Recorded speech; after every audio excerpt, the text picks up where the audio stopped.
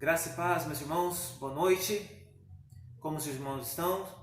Espero que estejam bem. Aqui, graças a Deus, nós estamos tudo bem. Com uma imensa saudade de todos, principalmente da nossa escola bíblica, né? Sentindo muita falta dos estudos, os estudos do Sermão do Monte, que vinham sendo tão preciosos para nós.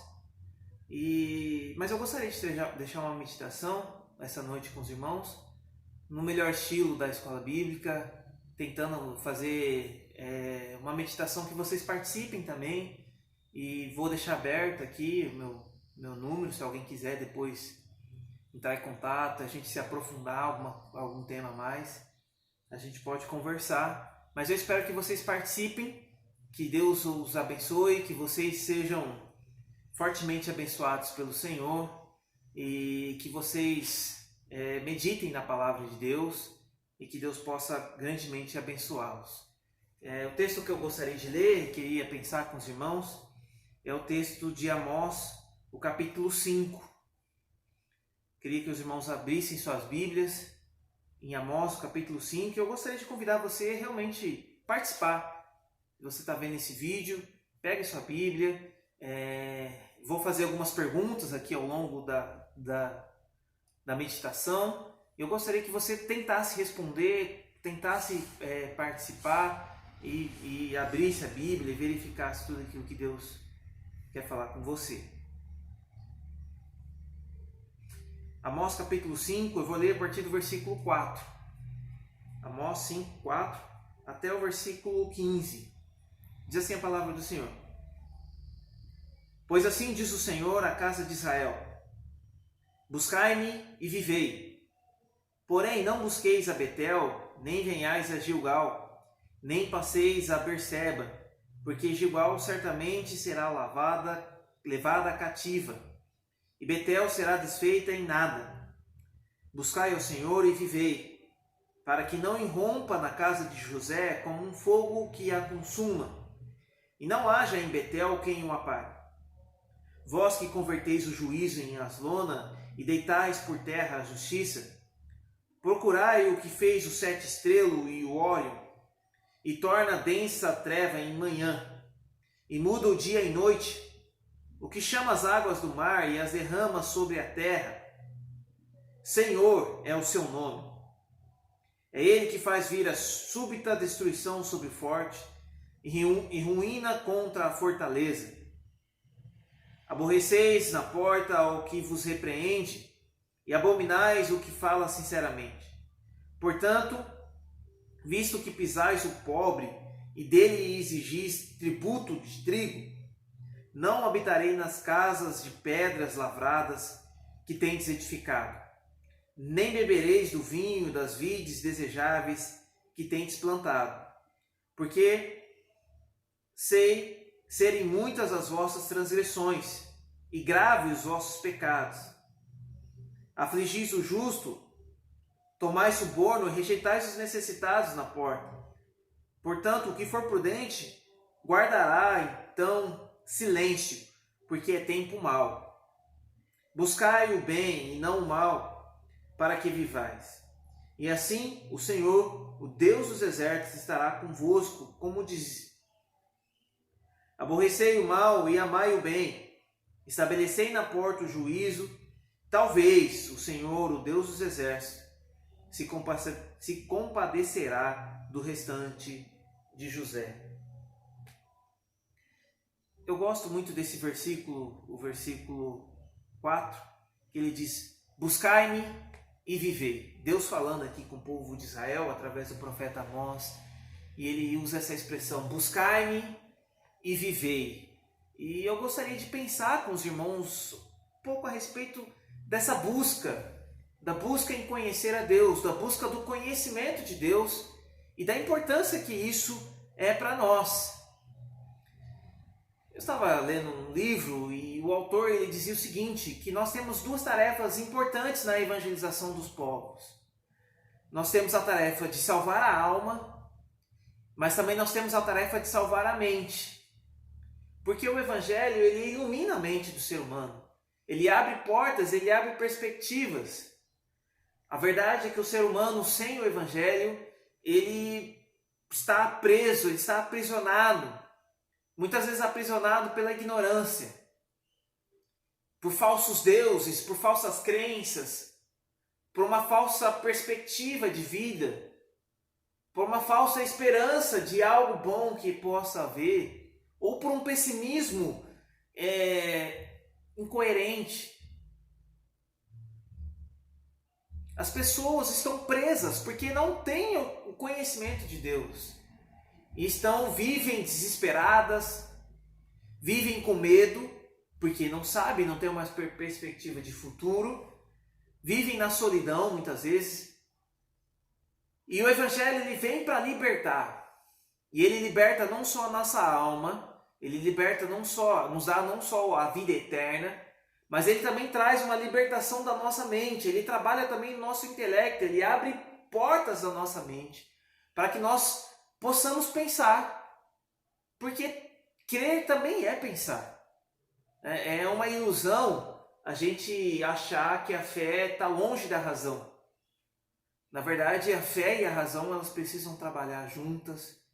Nós sabemos que o Evangelho, a salvação, ela vem por ouvir a palavra de Deus, crer na palavra de Deus, mas ela não, de maneira nenhuma, ela encerra o nosso pensamento. Nós precisamos sim ter um pensamento, e eu diria mais, nós precisamos ter um pensamento crítico, analisarmos as circunstâncias, analisarmos as situações, e eu creio mesmo que o Evangelho ele nos dá essas ferramentas para nos tornarmos inteligentes, sóbrios. A Bíblia faz vários alertas com relação a isso, que nós devemos ser sóbrios, sábios. E nós sabemos que a sabedoria, ela não é adquirida sem esforço. Ela precisa haver uma busca pessoal. E aí, mais uma vez, essa expressão no versículo 4, buscai-me e viver. Interessante que nós vivemos um tempo, olhando para a nossa realidade no Brasil e em boa parte do mundo, em que o conhecimento ele está cada vez... o conhecimento é valorizado, mas a pessoa em si, guardar o conhecimento, não. Talvez pela facilidade que nós temos de acesso à internet, ao Google e sites de pesquisa, que as coisas estão na nossa mão ao tempo que precisar. Se eu quero saber algum evento sobre a Segunda Guerra Mundial, que eu não lembro, que eu não guardei, que eu não memorizei, em 2, 3 segundos eu pesquiso e eu tenho a resposta na minha mão. E a questão é que nós temos cada vez guardado menos coisas, cada vez aprendido menos coisas, porque está fácil, né? E é sempre mais fácil se apoiar na busca do conhecimento que alguém fez. Dificilmente as pessoas, os jovens do nosso mundo hoje, eles buscam conhecer algo por eles mesmos, mas sempre se apoiam, que não é errado, mas sempre se apoiam em conhecimento alheios. Mas o texto bíblico aqui, ele nos chama a atenção para algo pessoal. Buscai-me e viver. Eu só vou viver se eu buscar o Senhor. Não é se meu pai buscar ou se o pastor buscar, mas eu preciso ter essa busca. Tem que partir de mim. E essa busca pelo conhecimento de Deus, ela também nos nos protege, aliás, dos perigos das heresias. Nós estamos sendo cada vez mais bombardeados por um enorme número de seitas evangélicas que surgem no nosso país, com cada absurdo sobre Deus, absurdo sobre a Bíblia, absurdo sobre Jesus, e que se nós não tivermos um conhecimento da doutrina cristã, um conhecimento da palavra de Deus, nós poderemos sim facilmente ser levados por qualquer tipo de doutrina. E é preciso essa busca desse conhecimento de Deus, desse conhecimento da palavra de Deus, desse conhecimento de quem é Deus para mim pessoalmente, para me livrar dessas heresias, dessas interpretações erradas, desse conhecimento bíblico raso. Nós precisamos mudar isso. Nós que conhecemos a verdade, nós que conhecemos o Evangelho, que temos a nossa mente liberta pelo Evangelho, nós não podemos cair nessas ciladas, dessas falácias, enfim, fake news e todas as coisas que têm atormentado a nossa vida, nossos dias a dias. Mas nós que temos esse conhecimento da Palavra de Deus, essa sabedoria de analisar, e temos o Espírito Santo em nós, que nos ajuda nisso, nós precisamos sim ter um conhecimento próprio. Saber discernir as coisas, olhar as coisas e falar, opa, peraí, isso é sim correspondente ao que a Palavra de Deus diz, isso não é de Deus, eu não posso praticar tal coisa, eu não posso aderir a tal pensamento, eu não posso fazer tal coisa, porque isso vai contra os princípios da Palavra de Deus, e eu conheço a Palavra de Deus, ou eu deveria conhecer, eu deveria buscar esse conhecimento. Porque o conhecimento de Deus, ter o conhecimento de Deus, ter o conhecimento da Palavra de Deus, vai gerar em mim uma cosmovisão cristã. E aí, que palavrão é esse, cosmovisão? É a maneira como eu interpreto a vida. Cosmovisão em outras palavras, simplificando, é a maneira como eu interpreto a vida. Então eu tenho uma lente. Eu preciso ter uma lente, que aliás todas as pessoas têm uma lente. Eles interpretam a vida, os eventos da vida, de acordo com a lente que eles têm. Às vezes recebida pelos pais, às vezes da própria sociedade. Hoje isso é um pouco mais fácil para nós entendermos quando nós falamos das ideologias. Aqui no Brasil isso está muito gritante, né? Você tem a ideologia de direita, a ideologia de esquerda, uma ideologia liberal, outra conservadora. E essas coisas vão e as pessoas reagem a determinados eventos de acordo com essas ideologias, né? Mas para nós, cristãos, aqueles que fomos alcançados pelo Evangelho, a nossa ideologia ou a nossa cosmovisão, sobretudo, tem que ser a Palavra de Deus, tem que ser o Evangelho. E se eu não tenho uma cosmovisão cristã, se eu não tenho uma visão bíblica, a tendência da minha reação é ser igual a do meu vizinho, do meu parente, que não conhecem Deus, que não sabem quem é Deus. E eu vou seguindo a maioria. Mas nós não podemos ser assim. A nossa cosmovisão tem que ser uma cosmovisão bíblica, cristã. Ela tem que passar pelo crivo das doutrinas cristãs, para me entender e reagir ao contexto. E aí vem a pergunta, né? Uma pergunta simples. Nós conhecemos as doutrinas cristãs? Você pode afirmar, não, seria talvez muito perguntar se você conhece todas as doutrinas cristãs, não sei nem se eu conheço. Mas você conhece as doutrinas básicas da fé cristã? Se eu te perguntasse, se eu fizesse um teste com você, perguntando sobre algumas doutrinas, você teria na ponta da língua a resposta? Sem pesquisar no Google, ou sem perguntar para o pastor ou para algum terceiro? Eu quero aplicar um teste, como é a escola bíblica, eu gostaria de ter esse momento de aplicar um pequeno teste com vocês. Eu tenho esse teste, esse livro,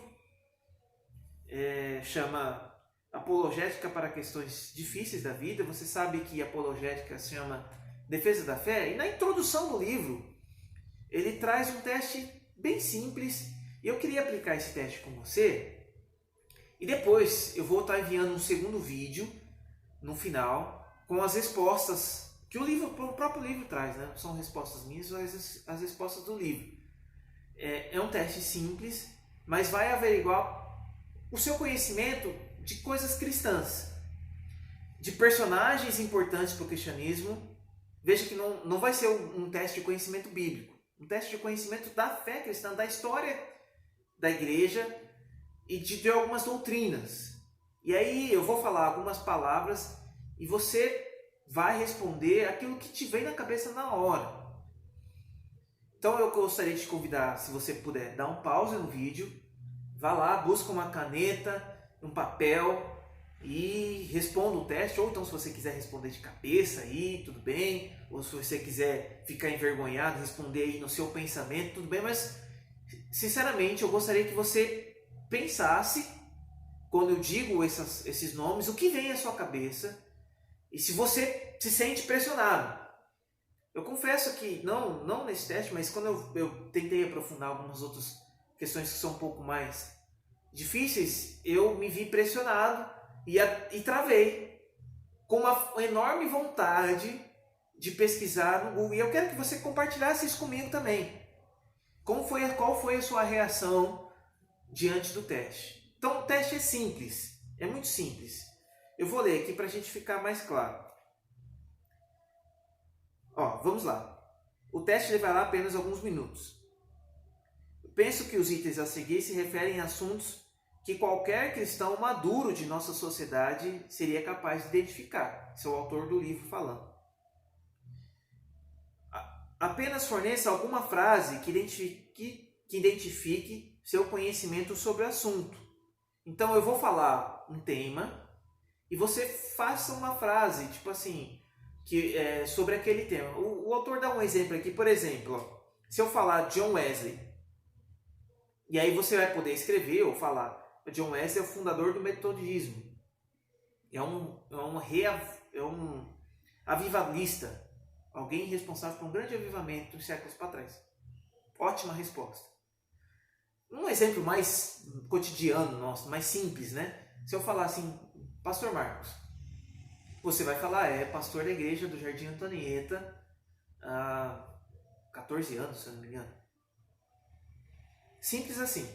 Eu vou falar um nome ou um tema e você vai responder. Se eu falar justificação pela fé, você pode responder doutrina básica do cristianismo. Ok? Espero que vocês compreendam. Qualquer dúvida que você quiser interagir, eu estou aberto para você conversar comigo no final. Tá? Eu vou fazer só as perguntas agora. Gostaria muito que você respondesse do seu jeito, sem pesquisar em Google. Resista a essa tentação, sem pesquisar no Google, sem perguntar para ninguém. Responda aí na sua mente ou escreva. E aí depois que você responder, você veja o outro vídeo. Eu vou mandar um outro vídeo para não ter essa questão, você poder ver esse vídeo tranquilamente. E aí eu vou mandar um segundo vídeo com as respostas que o livro traz. Tudo bem? Vamos começar? Eu vou falar um nome ou uma doutrina e o que vier na sua cabeça você escreve e você responde. Ok? Vamos lá. Agostinho. Agostinho. O que vem à sua cabeça sobre Agostinho, você responde aí. Segundo, né? Trindade. Trindade. O que vier à sua cabeça, você responde. Duas naturezas unidas numa pessoa.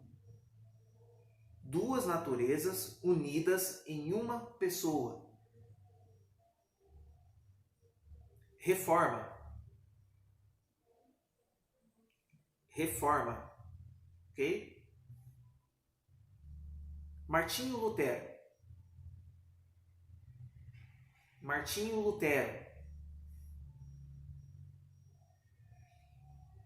Expiação substitutiva.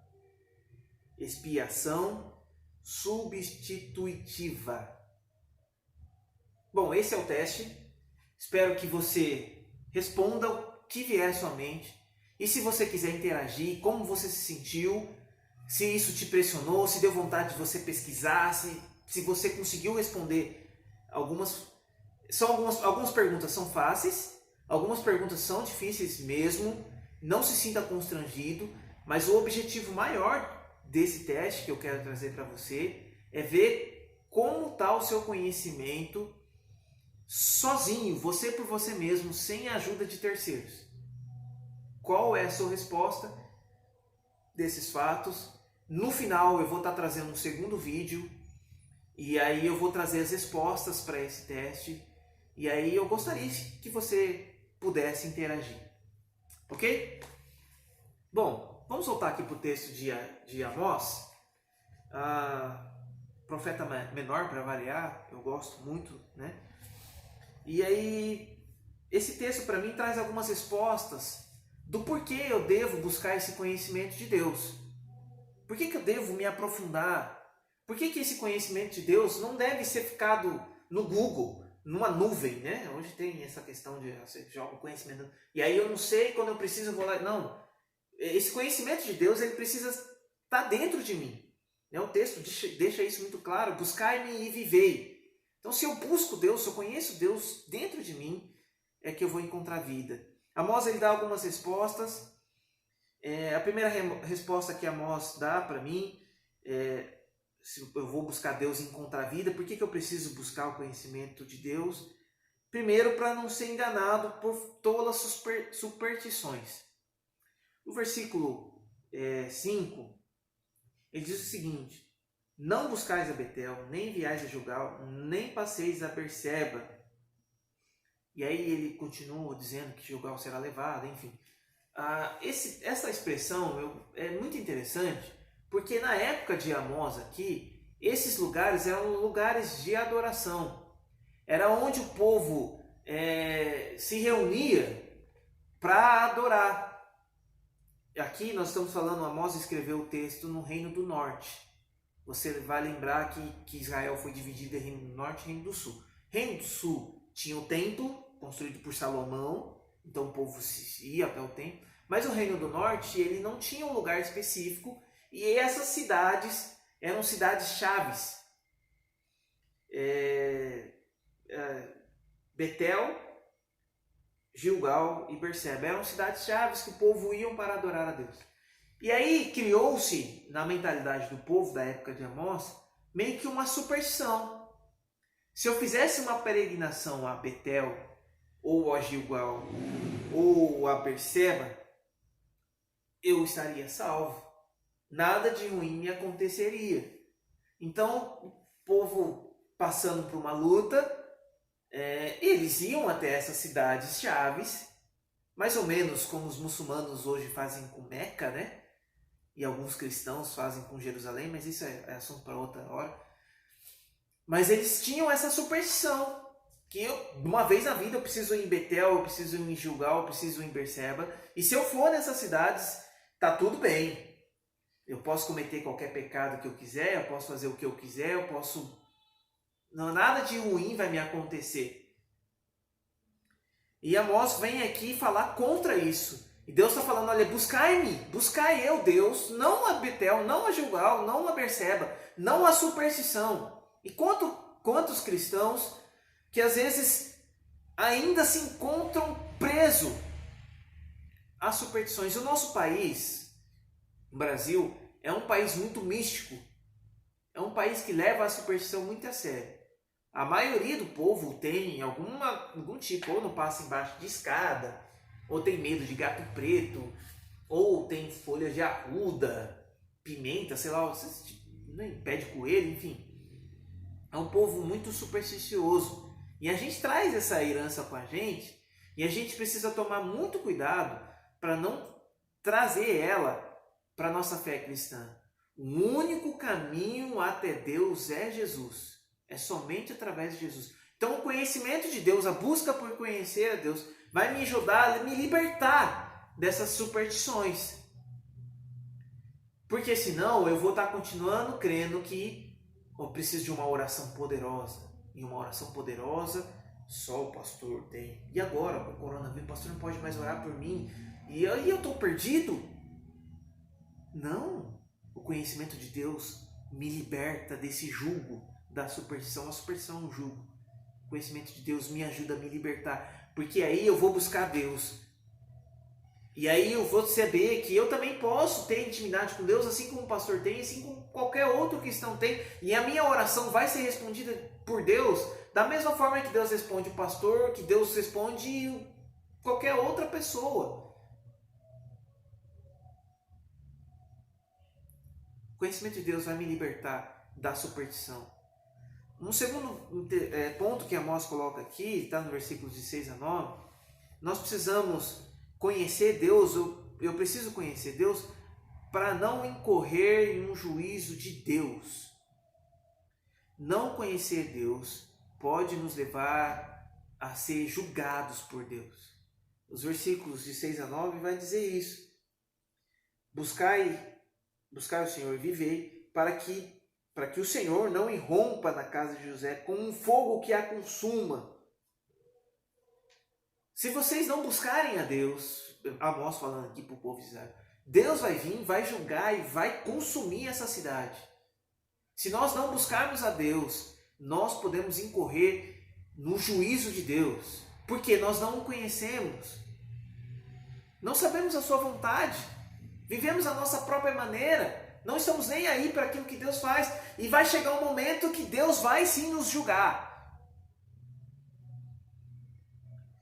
O texto de Mateus 22, 29, ele diz: meu povo peca, vocês erram porque vocês não conhecem nem as Escrituras, nem o poder de Deus. Ah, irmãos, como nós precisamos conhecer Deus, para não incorrer, para não ser pego em falha, vigiar e orar, conhecer a Deus, conhecer a doutrina, conhecer a fé, conhecer o Senhor. E nós temos tanta ferramenta na mão para isso.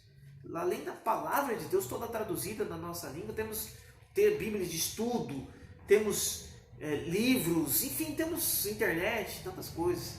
Precisamos buscar a Deus. Um outro ponto que Amós coloca aqui, os versículos de 10 a 13, ele diz: nós precisamos buscar a Deus. Por que eu preciso buscar a Deus? Buscar a Deus nos motiva a buscar uma vida mais justa em comunidade. Então, se eu procuro uma vida melhor para a minha sociedade, e aí eu quero restringir aqui, para a minha família, ou para o meu trabalho, ou para a minha igreja, eu preciso buscar a Deus. Porque conhecendo a Deus, eu vou conhecer a vontade de Deus, eu vou saber o que é a justiça de Deus, e eu vou me portar de maneira justa. O que acontece nesses versículos de 10 a 13, Amós faz uma acusação contra o povo de Israel, porque eles estavam aborrecendo e tornando abomináveis pessoas que falavam a verdade. Olha que coisa interessante. Algumas pessoas estavam sendo sinceras, falavam a verdade, mas o povo de Israel estava num estado tão longe de Deus, da palavra de Deus, que eles aborreciam, eles brigavam com quem falava a verdade.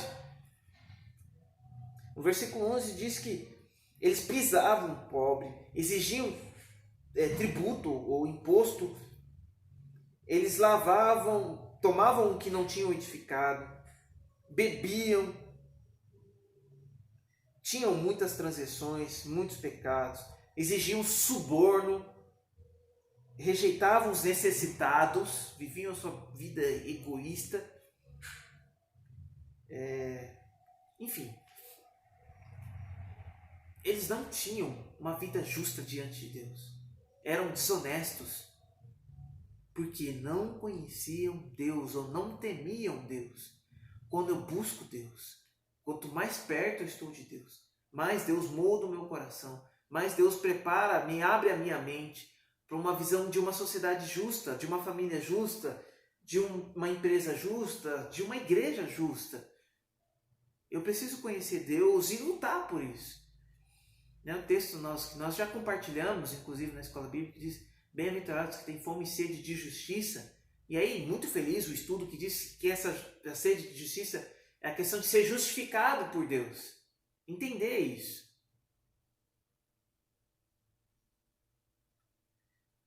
Por último, nos versículos 14 e 15, Amós nos diz que por que eu preciso buscar conhecer mais a Deus? O conhecimento de Deus nos leva a uma vida de generosidade. Aí o versículo 14 diz: buscai o bem, não o mal. Quando eu conheço a Deus, quanto mais eu conheço a Deus, mais perto eu estou de Deus, mais também eu vou me conhecendo e mais eu vou também tomando conhecimento da minha miséria, né? Trazendo um pouco aí o estudo da escola bíblica, né? Já que a gente está no sábado, aquilo que nós já estudamos no Sermão do Monte, mas mais perto eu vou conhecendo que eu sou miserável de espírito. Quanto mais eu conheço Deus, eu vou vendo que eu não sou essa Coca-Cola toda. E que o meu irmão que está do meu lado também precisa de graça, assim como eu recebi graça. E isso tem que gerar em mim um coração generoso. nessa busca pelo bem, nessa busca por poder ajudar, por se compadecer do próximo. A palavra de Deus diz em Efésios que nós somos criados para boas obras. Buscar a Deus me torna, sim, um ser humano melhor. Então eu quero trazer nesse vídeo esse desafio para você. Busque mais a Deus. Busque mais conhecer Deus. E nós sabemos que esse conhecimento ele pode ser adquirido através da palavra de Deus, da leitura, do estudo da palavra de Deus, de livros, de temas doutrinários da nossa fé. E ele também pode ser adquirido na experiência com Deus, na vida de oração, na vida de devoção a Deus. Fica o meu convite para você. Busque a Deus mesmo. Busque conhecer quem Deus é. Se interesse. Vá atrás disso. Eu tenho certeza que você vai ser uma pessoa melhor. A sua família vai perceber isso. E você vai ter uma vida que agrada a Deus. Que isso que é o mais importante. Responda ao teste. Não veja o segundo vídeo sem tentar pelo menos responder. Eu sei que tem algumas perguntas, talvez você vai travar. Mas tente. E aí depois você veja o segundo vídeo e responda e compare suas respostas com aquilo que o livro diz. Que Deus possa te abençoar, que Deus possa te fortalecer. Em nome de Jesus. Amém.